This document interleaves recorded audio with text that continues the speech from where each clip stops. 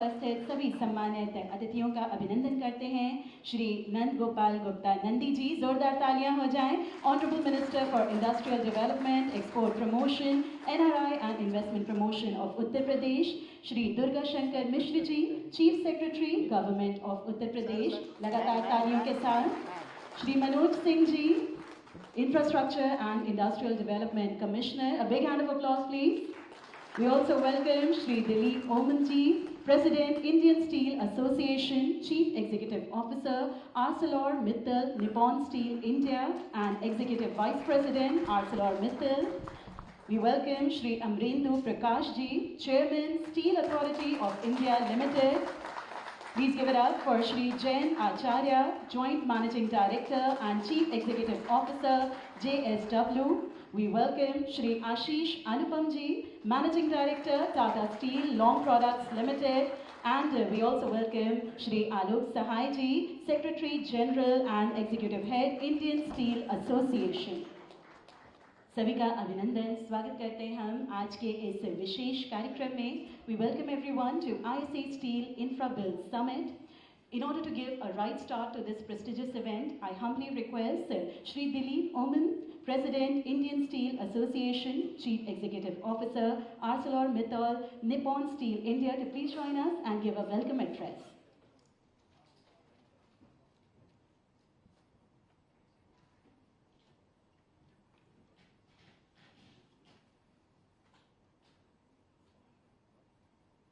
माननीय मुख्यमंत्री Shri Yogi Adityanath ji, Shri Nand Gopal ji, industries minister UP, Shri Durga Shankar Mishra ji, chief secretary Uttar Pradesh, Shri Manoj Singh ji, commissioner industrial development corporation, सरकार के अधिकारीगण, प्रेस के प्रतिनिधि, मेरे साथी इस्पात उद्योग के सदस्य, विशिष्ट अतिथि और सम्मानित प्रतिभागी, सुप्रभात। The theme of today's summit, उत्तम प्रदेश गतिशील विकास, aptly reflects our shared vision for rapid progress and development of Uttar Pradesh. One cannot imagine India's path towards Atmanirbharta led by our Honorable Prime Minister Shri Narendra Modi ji without acknowledging the vital contribution of Uttar Pradesh.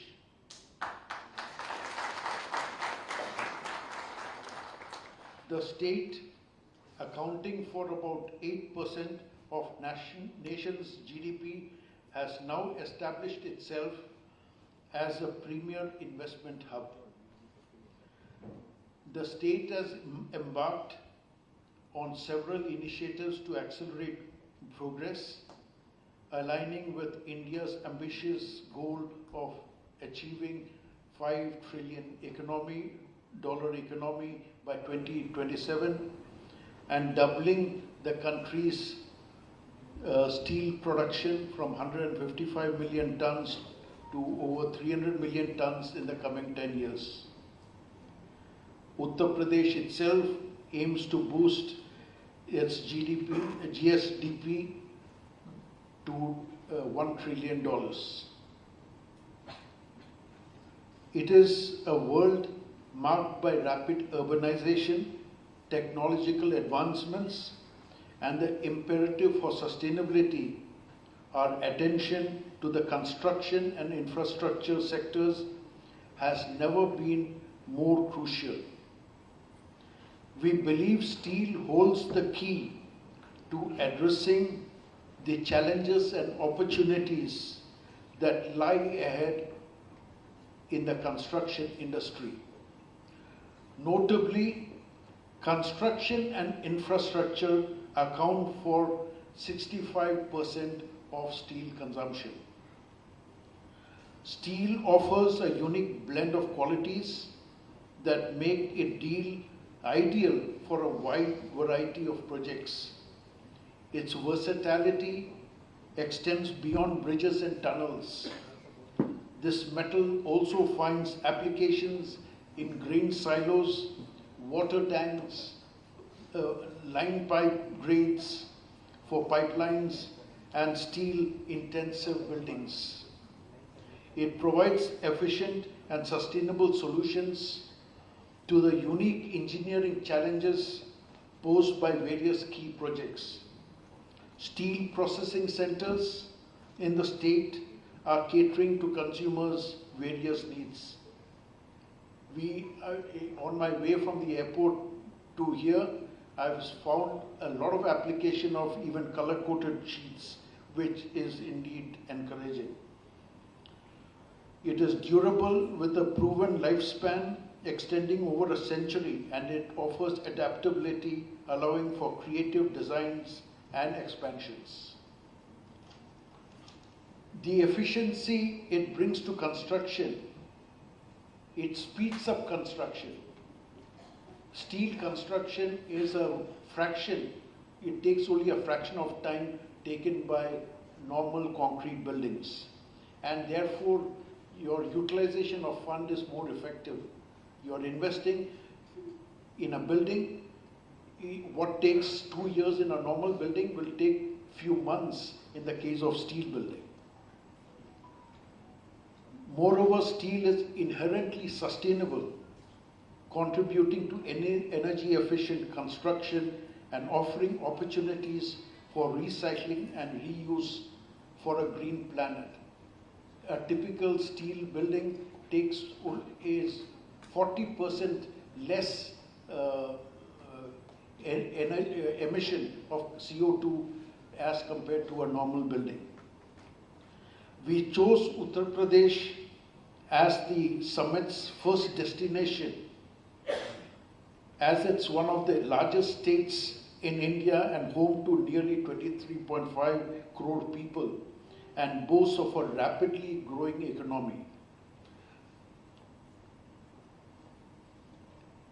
However, there is the consumption of steel is yet to come up. It offers a wonderful opportunity to the steel industry and the users of the steel industry. UP's per capita steel consumption is 31 kgs, while the Indian average is 85 kgs. So what it means is it presents itself a wonderful opportunity to both the steel producers and the steel users. While talking to Honorable Chief Secretary, we were told that a wonderful project has been sanctioned by the Honorable Chief Minister in Bundelkhand, where 35,000 acres of a new city is coming up. And therefore,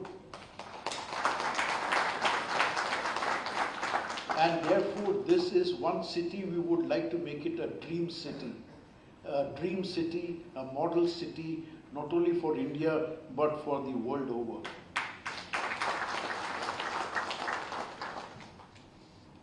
Uttar Pradesh has established itself as a state of expressways. The state is home to considerable portion of Western Dedicated Freight Corridor and Eastern Dedicated Freight Corridor. Uttar Pradesh is set to become the only state in India with 5 international airports. In addition, 7 airports have been made operational under RCS scheme for domestic connectivity, and another 8 airports are in pipeline. Ease of doing business, UP has been ranked second, from 12th rank to 2nd rank in 2 years. It's wonderful. A round of applause.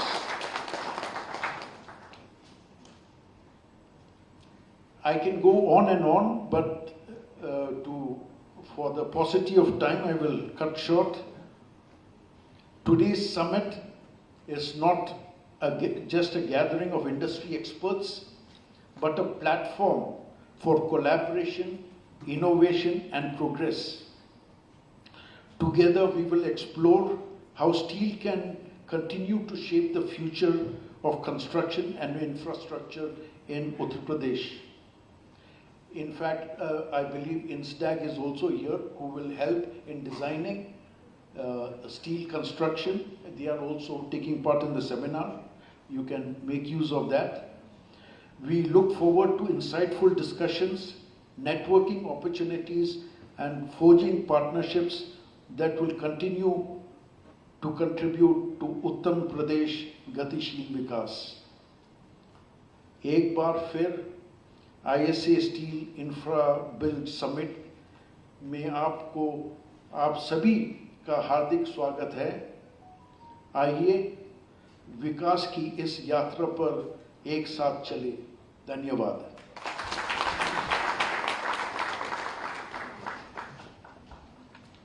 बहुत बहुत धन्यवाद माननीय.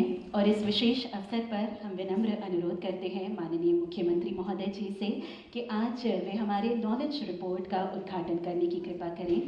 Ladies and gentlemen, we humbly request our honorable dignitaries on the dais to please come forward as we release the knowledge report jointly created by Indian Steel Association and Deloitte India, Unlocking Steel Potential in the Indian Building and Construction Industry. I would like to invite Mr. Rajiv Mehta, partner Deloitte India, and Mr. Rakesh Surana, partner Deloitte India, to please come up as we do the release ceremony. ये knowledge report बताती है कि steel विशेष रूप से उत्तर प्रदेश राज्य और पूरे देश में अर्थव्यवस्था के विकास में कैसे भूमिका निभा रहा है. ये रिपोर्ट डिलॉयट ने तैयार की है. Ladies and gentlemen, this knowledge report brings out how steel will play a key role in the growth of economy in the state of Uttar Pradesh. And the report has been prepared by Deloitte. और इसी कड़ी में बहुत ही आदर के साथ हम विनम्र अनुरोध करते हैं माननीय मुख्यमंत्री महोदय जी से कि वे अपने आशीर्वचनों के साथ हम सभी का मार्गदर्शन करें. आपकी जोरदार तालियों के बाद.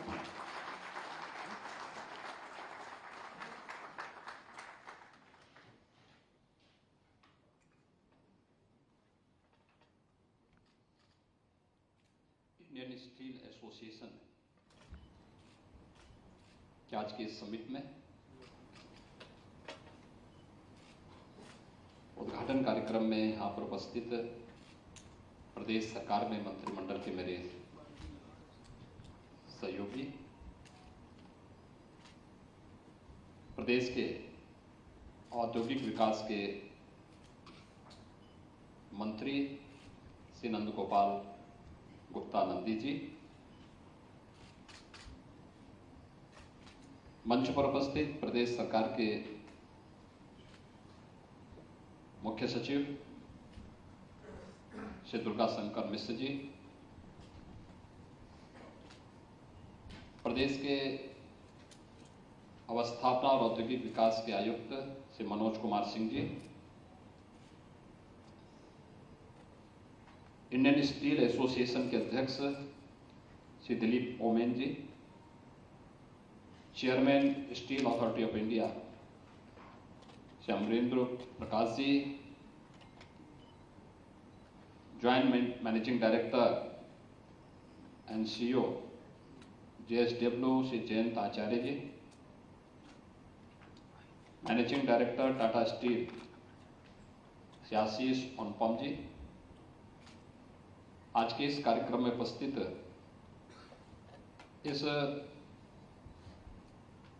ISA के इस स्टील इंफ्राबिल्ड समिट में सभी अन्य उपस्थित महानुभाव,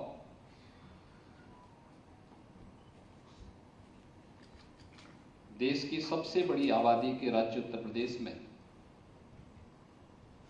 मैं आप सबका हृदय से स्वागत करता हूं, अभिनंदन करता हूं.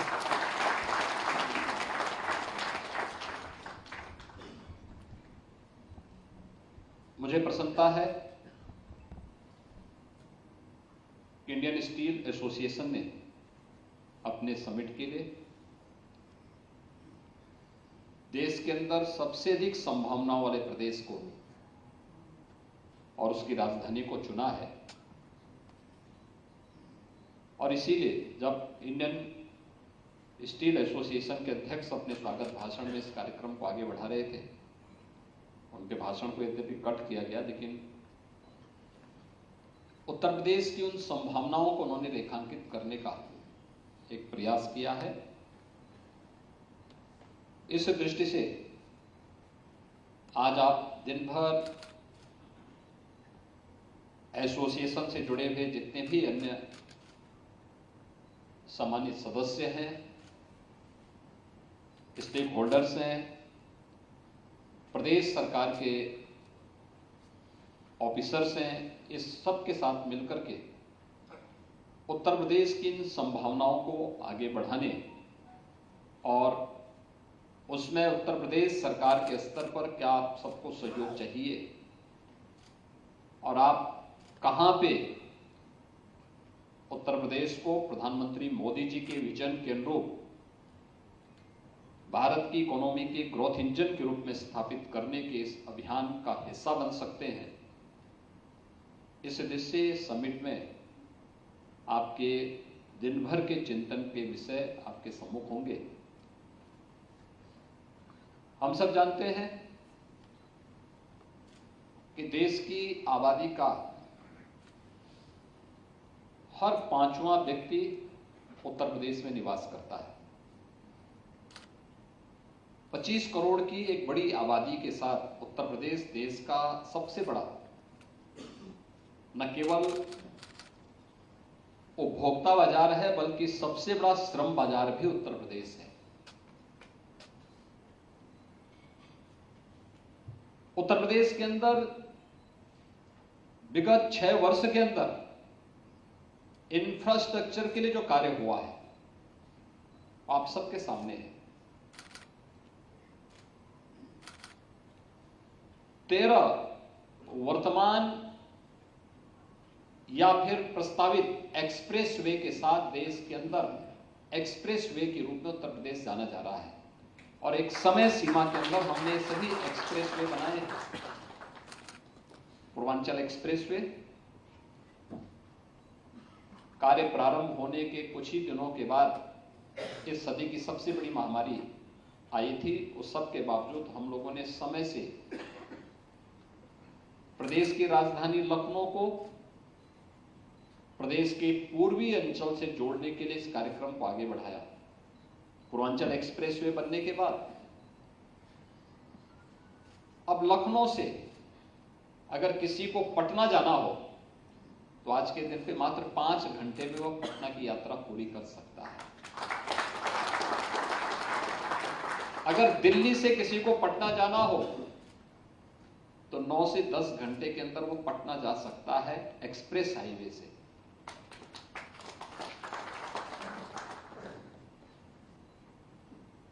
यानी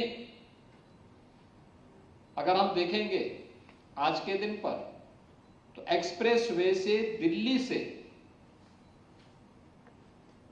और पटना को जोड़ने की पूरी व्यवस्था आज के दिन पर की जा चुकी है, जिसमें 3 राजधानियां मिल रही, देश की राजधानी, उत्तर प्रदेश की राजधानी और बिहार की राजधानी।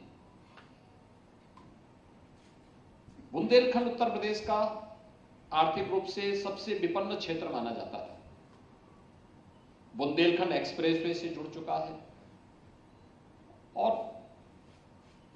चित्रकूट की यात्रा जो पहले लोगों के लिए लगता था कि अभी भी कठिन है, लेकिन आज के दिन पे दिल्ली से 5 घंटे में आप चित्रकूट की यात्रा कर सकते हैं। ये पूरे बुंदेलखंड को जोड़ता है। बुंदेलखंड के सभी जनपदों को जोड़ करके एक्सप्रेसवे भी कोरोना महामारी के दौरान हम लोगों ने संपन्न किया था।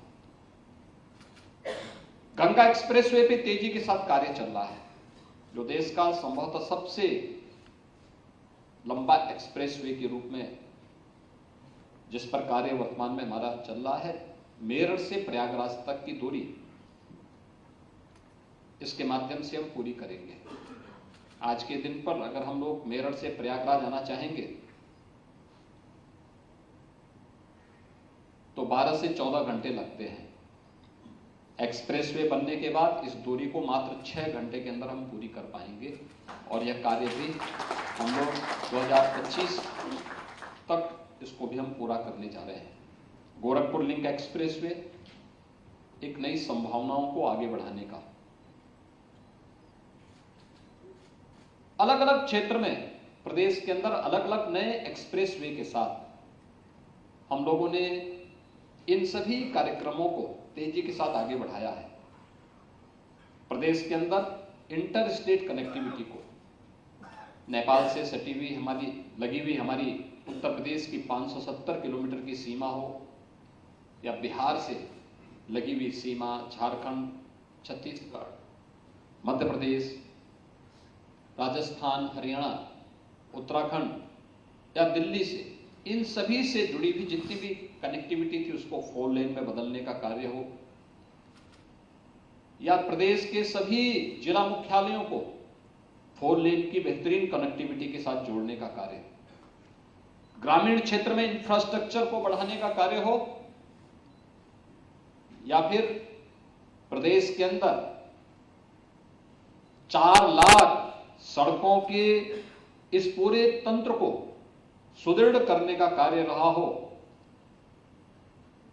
या फिर भारतीय रेल के प्रदेश के अंदर जो सबसे बड़ा नेटवर्क है उसमें दोनों dedicated freight corridor, eastern and western freight corridor दोनों उत्तर प्रदेश से होंगे जाते हैं। और उत्तर प्रदेश में इसने नई संभावनाओं को बढ़ाया है। हम जब इसकी बात करते हैं, वाराणसी में वाराणसी से हल्दिया के बीच में देश का पहला इनलैंड वाटरवे एक प्रारंभ हो चुका है और वाराणसी से में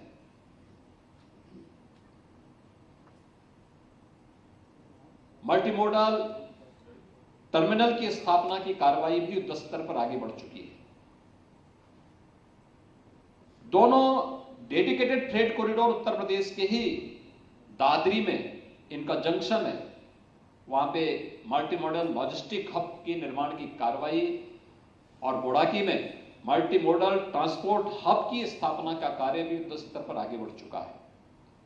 यानी एक उन संभावनाओं को जो उत्तर प्रदेश में बहुत पहले होना चाहिए था, लेकिन आज प्रधानमंत्री मोदी जी के विजन के अनुरूप तेजी के साथ उत्तर प्रदेश इन्हें आगे बढ़ाने का कार्य कर रहा है। एयर कनेक्टिविटी आज के दिन पे उत्तर प्रदेश की बेहतर हो चुकी है। हम सब जानते हैं जब उत्तर प्रदेश 2017 के पहले मात्र 2 एयरपोर्ट हमारे क्रियाशील थे, आज 9 एयरपोर्ट हमारे पूरी तरह क्रियाशील हैं, जिनमें 3 इंटरनेशनल एयरपोर्ट हैं। और इस वर्ष के अंत तक हम लोग 10 नए एयरपोर्ट को क्रियाशील करेंगे, जिनमें 2 नए इंटरनेशनल एयरपोर्ट, एक अयोध्या में और दूसरा एनसीआर के नोएडा इंटरनेशनल एयरपोर्ट के निर्माण की कार्रवाई युद्ध स्तर पर आगे बढ़ रही है और इस वर्ष के अंत तक इन्हें भी हम क्रियाशील करेंगे। प्रदेश के अंदर इन सभी सेक्टर्स के साथ हाउसिंग में भी अनेक संभावनाओं को हमने आगे बढ़ाया है। मैं भी जब एसोसिएशन के पदाधिकारियों के साथ बातचीत कर रहा था, कोई कल्पना ही नहीं कर सकता, जिसके पास साधन है तो अपना मकान बना ही देता था। लेकिन प्रदेश के अंदर जिन गरीबों के पास, जिन्होंने कभी मकान के दर्शन नहीं किए थे, टूटी फूटी झोपड़ियों में रहता था या फिर इधर उधर भटकता था, ऐसे 55 लाख गरीबों को एक एक आवास पिछले 6 वर्ष के अंदर प्रदेश सरकार ने भारत सरकार के साथ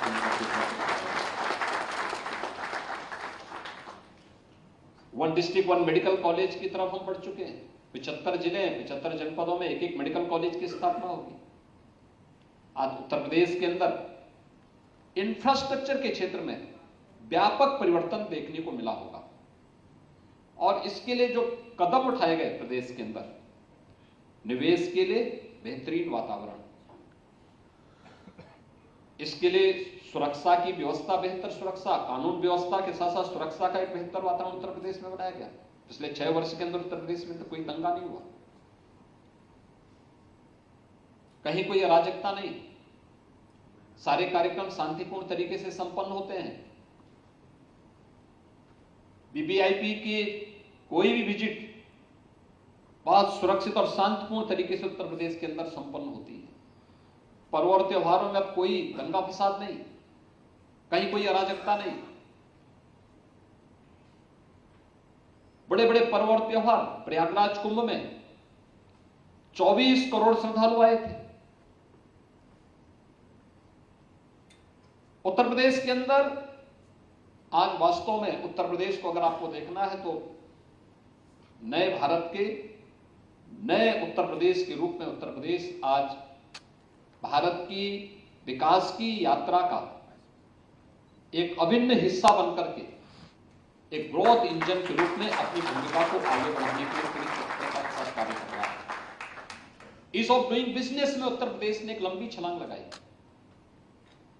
आज देश का सबसे बड़ा सिंगल विंडो प्लेटफॉर्म निवेश मित्र के रूप में उत्तर प्रदेश के पास है। उत्तर प्रदेश सरकार के साथ होने वाला कोई भी एमओयू, जो अलग अलग सेक्टर की 25 सेक्टोरियल पॉलिसी उत्तर प्रदेश सरकार ने जारी की है, उनके साथ होने वाली कोई भी एमओयू की मॉनिटरिंग के लिए निवेश सारथी एक एक निवेशक की भावनाओं के अनुरूप उस कार्यक्रम को आगे बढ़ाता है। तो किसी भी निवेशक के द्वारा किए गए निवेश को शासन से मिलने वाले इंसेंटिव के लिए भी हम लोगों ने ऑनलाइन व्यवस्था प्रदेश के अंदर की है।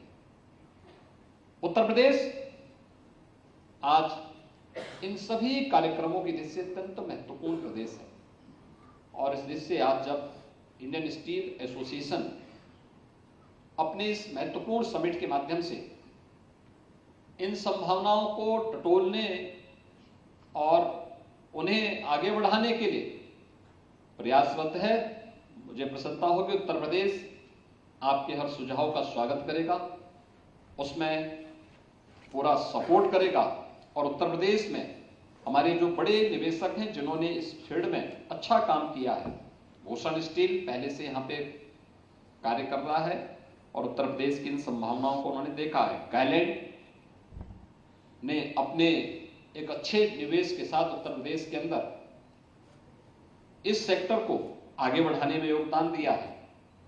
अंकुर टीएमएक्स सरिया के रूप में, रिमझिम इस्पात, ये तमाम इस फील्ड में नए निवेश उत्तर प्रदेश के अंदर इन संभावनाओं को आगे बढ़ा रहे हैं और मैं इस अवसर पर मैं चाहूंगा कि उत्तर प्रदेश के श्रम बाजार और उत्तर प्रदेश के उपभोक्ता बाजार को ध्यान में रख करके, क्योंकि उत्तर प्रदेश की 25 करोड़ की तो इसकी अपनी आबादी है, लेकिन उत्तर प्रदेश इससे भी बड़ा बाजार है क्योंकि अगल बगल के राज्यों की एक बड़ी आबादी और अगल बगल के देश जैसे नेपाल ही है, वहां की भी एक बड़ी आबादी अपने रोजगार के लिए भी और अपने व्यापार के लिए भी उत्तर प्रदेश पर निर्भर करती है।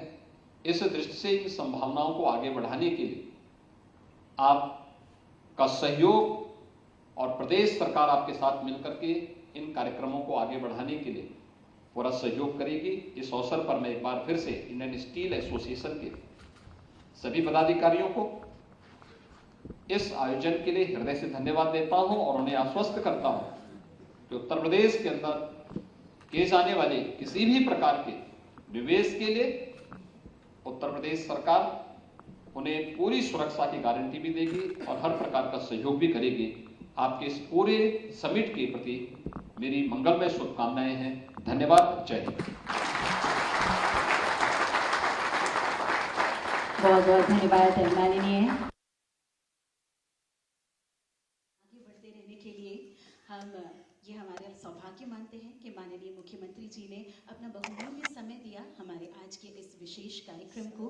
मैं विनम्र अनुरोध करती हूँ श्री दिलीप ओमन जी से कि वे माननीय मुख्यमंत्री जी का आभार व्यक्त करें हम सब की ओर से शॉल भेंट करके उन्हें। आपकी उन लगातार सम्मान भरी तालियों के साथ मैं अनुरोध करती हूँ श्री दिलीप ओमन जी से कि वे ये कार्य करें उन लगातार सम्मान भरी तालियों के मध्य। और मैं श्री दिलीप ओमन जी से अनुरोध करती हूँ कि वे श्री नंद गोपाल गुप्ता नंदी जी के लिए भी एक शॉल भेंट कर उनका आभार व्यक्त करें, जिन्होंने अपना बहुमूल्य समय हमारे इस विशेष कार्यक्रम को दिया।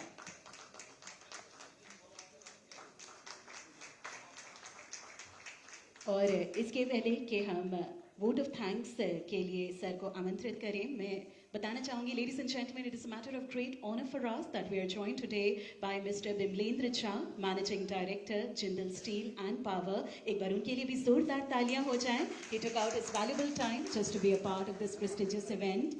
And ladies and gentlemen, to give a vote of thanks, I humbly invite Mr. Alok Sahai, Secretary General and Executive Head, Indian Steel Association, to please join us.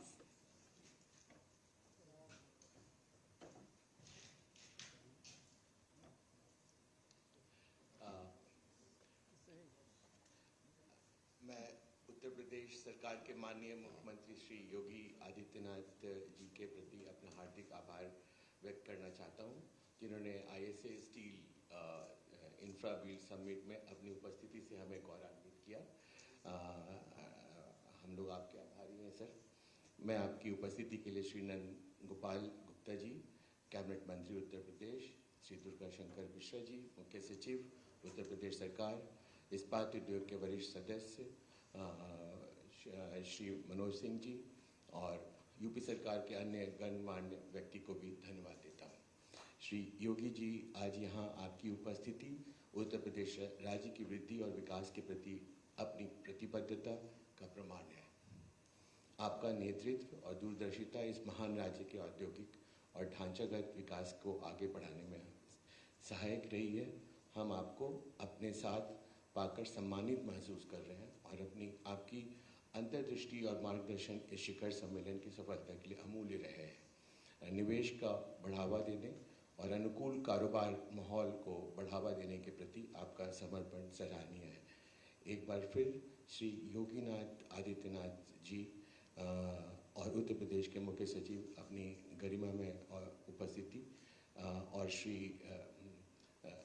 नंद गोपाल जी अपनी गरिमा में उपस्थिति और समर्थन के लिए मैं इन सभी लोगों को धन्यवाद देता हूं। हम उत्तर प्रदेश और पूरे देश की बेहतरी के लिए अपना सहयोग जारी रखने के लिए तत्पर हैं। धन्यवाद।